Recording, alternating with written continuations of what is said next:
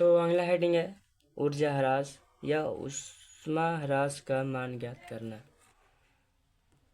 दो गोलीय चालकों के बीच में ऊष्मा ह्रास ज्ञात करने के लिए दोनों गोलीय चालकों को क्रमशः Q1 कूलाम आवेश तथा Q2 कूलाम आवेश दिया जाता है।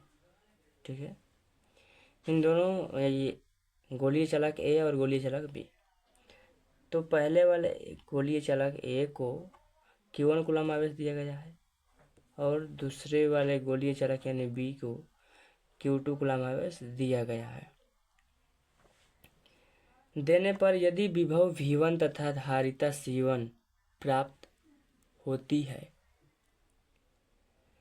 यानी पहले वाली गोलीय चालक में अगर हम Q1 कूलाम आवेश देंगे तो विभवांतर V1 तथा धारिता C1 प्राप्त होती है तथा दूसरे गोलीय चालक को Q2 कूलाम आवेश देने पर विभव V2 तथा धारिता C2 उत्पन्न होती है। इसके पश्चात दोनों गोलीय चालक की स्थितिज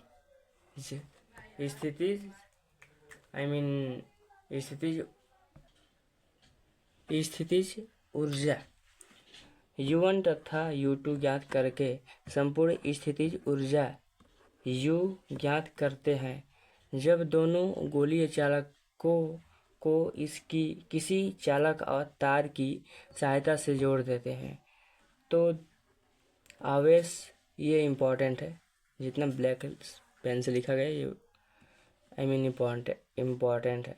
आवेश उच्च विभव से निम्न विभव की ओर गमन करने लगते हैं और यह आवेशों का पुनर्वितरण तब तक होता है जब तक कि दोनों गोलीय चालकों पर विभव का मान समान न हो जाए। इसके बाद पुनः जोड़े गए गोलीय चालकों का स्थितिज ऊर्जा U डैश ज्ञात करते हैं। यह दोनों का अंतर ही ऊर्जा ह्रास यानी U माइनस U डैश है। तो आइए हम मान निकालते हैं। U1 equal to 1/2 C1 V1 का होल स्क्वायर, ये समीकरण नंबर 1 है। और U2 equal to 1/2 C2 V2 यानी V2 का होल स्क्वायर, समीकरण नंबर ये आपका 2 हो गया। तो संपूर्ण ऊर्जा U equal to U1 plus U2 यानी दोनों ऊर्जाओं को जोड़ेंगे तो संपूर्ण ऊर्जा निकल जाएगी। तो इसलिए U equal to 1/2 C1 V1 का whole square plus 1/2 C2 V2 का होल स्क्वायर। तो U इक्वल टू 1/2 ब्रैकेट में C1 V1 का स्क्वायर प्लस वो C2 V2 का होल स्क्वायर, ये समीकरण नंबर आपका 3 हो गया।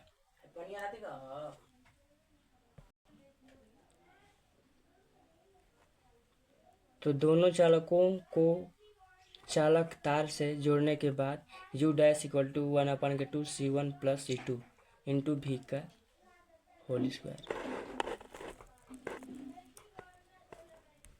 यहाँ पे दोनों चालकों को जोड़ देंगे तो धारिता तो C1 और C2 होगा ही, यानी अलग अलग होगा। लेकिन जब दोनों चालकों को एक ही चालक तार से जोड़ देंगे तो विभवांतर तो एक ही होगा, इसलिए यहाँ पे भी लिखा गया है।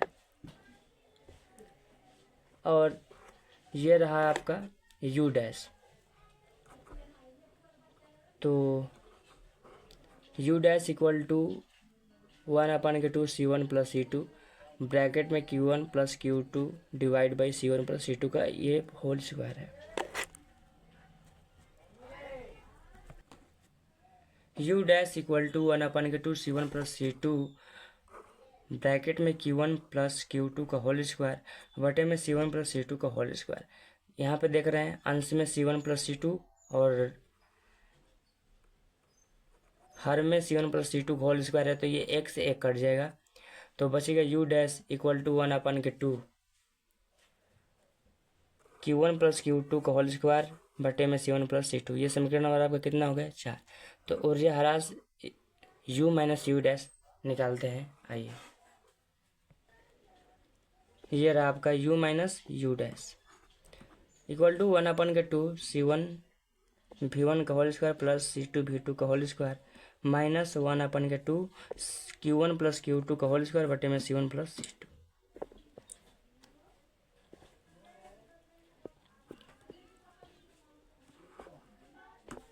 इक्वल टू 1/2 ब्रैकेट में c1 v1 का स्क्वायर प्लस c2 v2 का स्क्वायर माइनस, अब इसको हम लोग चेंज कर रहे हैं।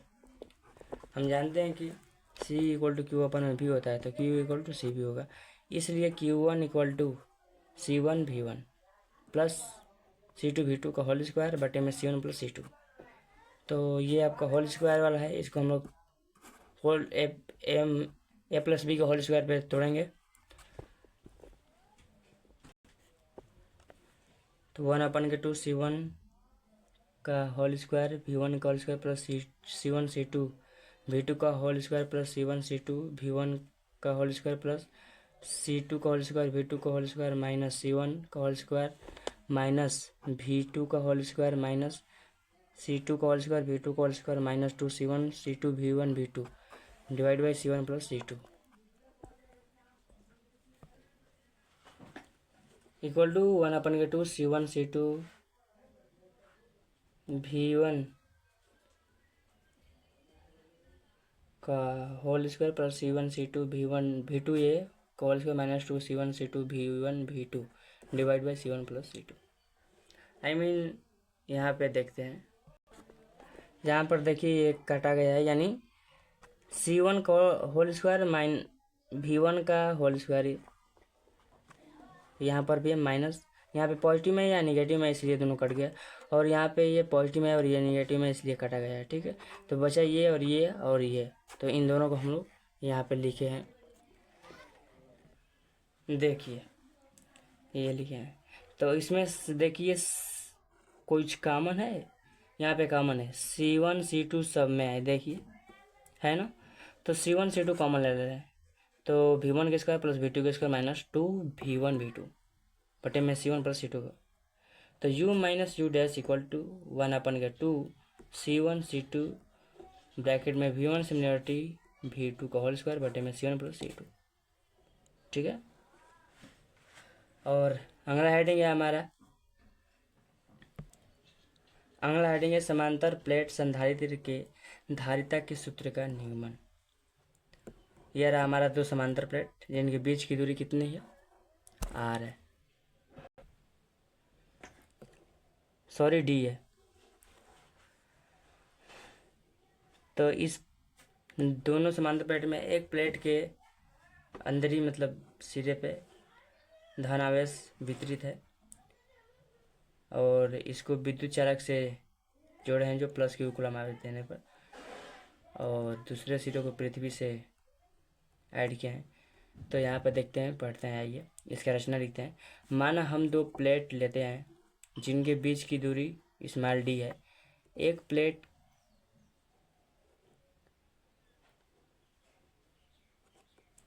के बाहरी सिरे का कनेक्शन वैद्युत सुचालक से देने के बाद उस प्लेट के भीतरी सिरे पर धन आवेश वितरित हो जाते हैं। यानी ये जो धन आवेश कब वितरित होते हैं, जब हम इसमें आवेश को प्रवाहित करेंगे तो इसके बाद इस पे क्या होंगे, धन आवेश वितरित हो जाते हैं। प्रेरण प्रभाव के कारण दूसरे प्लेट पर विपरीत प्रकार के आवेश वितरित हो जाते हैं। दूसरी प्लेट को पृथ्वी से जोड़ देने के बाद दूसरी प्लेट का आवेश उस कनेक्शन के सहारे पृथ्वी मतलब जोड़ देने के बाद पृथ्वी के अंदर चले जाते हैं तथा दोनों प्लेटों के बीच समांतर उत्पन्न विभवांतर भी हो तो आवेश का पृष्ठ घनत्व सिग्मा इक्वल टू क्यू अपन में ए, यहाँ पर ए आपका क्षेत्रफल है। वैद्युत क्षेत्र तथा विभव में संबंध यानी E equal to V by D. वैद्युत क्षेत्र तथा पृष्ठ घनत्व में संबंध E equal to sigma upon में एप्सिलॉन नॉट। धारिता, विभव और आवेश में संबंध। तो sigma equal to Q upon में सी, समीकरण नंबर आपका ये हो गया। E equal to V by D, समीकरण नंबर आपका 2 हो गया। E equal to sigma upon में एप्सिलॉन नॉट, समीकरण नंबर 3 हो गया। तो समीकरण 2 तथा समीकरण 3 से तो V by D equal to sigma upon में एप्सिलॉन नॉट, तो V equal to sigma D upon में एप्सिलॉन नॉट। चूँकि हम जानते हैं कि sigma equal to Q upon में होता है, इसलिए V equal to Q D upon में सिग्मा ए। समीकरण नंबर ये आपका 4 हो गया। सी इक्वल टू क्यू अपान में भी और सी इक्वल टू क्यू अपान में Q into D divide by epsilon naught ए। देखिए यहाँ पे सी इक्वल टू क्यू अपन भी होता है, तो भी का मान यहाँ पर रखा गया है, तो C equal to epsilon naught A divide by D आया है। ठीक है, इसे ये धारिता है, इतना आया है, और इसका मात्रक फैरड होता है, फैरड।